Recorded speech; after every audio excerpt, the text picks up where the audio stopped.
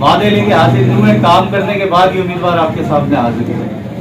تو آپ لوگوں نے اب فیصلہ کرنا ہے کہ 5 سال کے بعد آپ کے پاس جو تعزیت کے لیے لوگ آتے ہیں ووٹ ان کو دینے یا ان کو دینے کہ جو آپ کو بآسانی میسر رہے گی.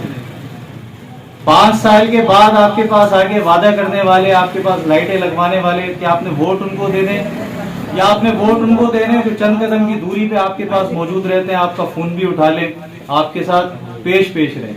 اور تحریک لبیک کا ہر کینڈیڈیٹ چاہے وہ جیتے یا نہ جیتے لیکن ہمیشہ آپ کی ایک آواز پر لبیک کہے گا. پیش دینی کاموں میں, دنیاوی کاموں میں, سماجی کاموں میں اگر کوئی تحریک سر فہرست رہی اور اس نے ہراول دستے کا کردار ادا کیا, الحمدللہ تحریک لبیک پاکستان ہے اور اس کے کارکنان ہیں. اس الیکشن آفس کی ابتدا کا جو بنیادی طور پر مقصد ہے وہ آپ لوگوں کو متنبع کرنا ہے اور آپ کو موٹیویٹ کرنا ہے, ترغیب دلانا ہے کہ آپ ماضی میں کسی بھی تحریک کو, کسی بھی تنظیم کو, کسی بھی نام پر ووٹ دیتے رہے. ابھی بات ہے دین کی, ابھی بات ہے مذہب کی.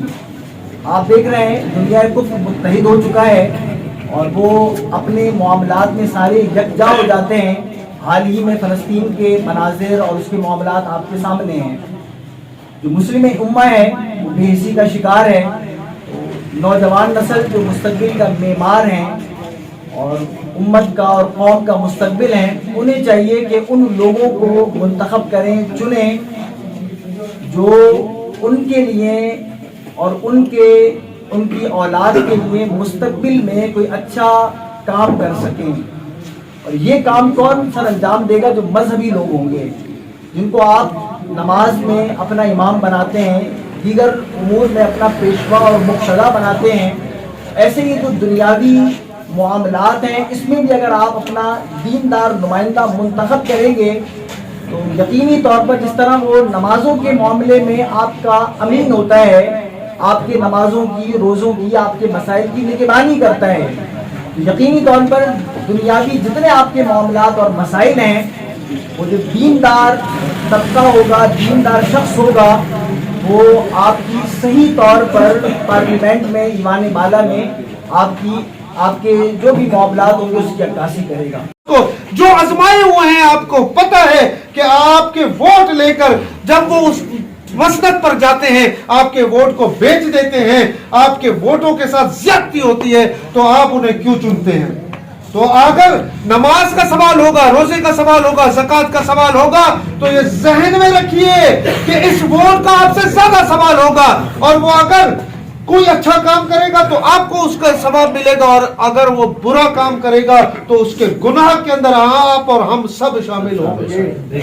اگر آج سے پہلے ہم نے کوئی ایسا کام کیا ہے تو ہم اللہ سے توبہ کرتے ہیں. میں بھی اعلانیہ توبہ کرتا ہوں, آپ بھی اعلانیہ توبہ کریں, میرا رب معاف کرنے والا ہے. آج آپ کے پاس ایک ایسی جماعت آئی اور ان تمام جماعتوں نے اس الیکشن نے تو انہیں ننگا کر کے رکھ دیا ہے کہ پیپلز پارٹی اور نون لیگ کو دیکھیں جو ایک دوسرے کی عزتیں پامال کرتے تھے, ایک دوسرے کی عزتیں پامال کرتے تھے. آج سے کچھ ٹائم پہلے تک آصف علی زرداری صاحب نواز شریف کو بڑا بھائی کہتے تھے, نواز شریف صاحب آصف علی زرداری کو بڑا بھائی کہتے تھے. اور اس کے بعد جو ایک دوسرے کے جانی دشمن تھے وہ کہتا تھا میں تمہارا گریبان پکڑوں گا اور لاہور کی سڑکوں پر گھسیٹوں گا, وہ کہتا تھا میں تمہارا پیٹ پھاڑ کے رکھ دوں گا. آج وہ دونوں نے مل کر پی ٹی ایم کی حکومت بھی کی ہے, ایک وزیر اعظم ہے تو سب نے اس کو ووٹ دیا ہے. نے ان سب جماعتوں کو ننگا کر کے رکھ دیا. اور جے یو آئی کی طرف آ جائیں جو ایم ایم اے کہلاتی ہے متحدہ مجلس امر, نہ متحدہ ہے نہ عمل ہے, مجلسی مجلس ہے. یہ سب اپنے مفادات کے ہیں, یہ سب ایم کیو ایم ہو, پی ٹی آئی ہو, نون لیگ ہو, پیپلز پارٹی ہو, یہ سب اپنے مفادات کے ہیں.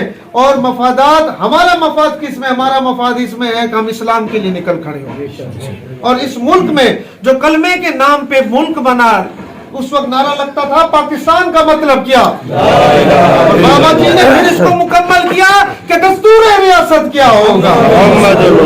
ارے وہ ویل چیئر پہ بیٹھنے والا بابا کہ جو 4 فٹ کے فاصلے کے اوپر ایک پانی کا گلاس نہیں اٹھا سکتا تھا, اس کے دل میں خلوص تھا, تو اس نے پوری دنیا کے مسلمانوں کو ایک نعرے کے نیچے اکٹھا کر دیا. آپ یہ دیکھیں جو تحریک لبیک کے خلاف نکلے, آج ان کا نام و نشان ہی مٹ گیا ہے.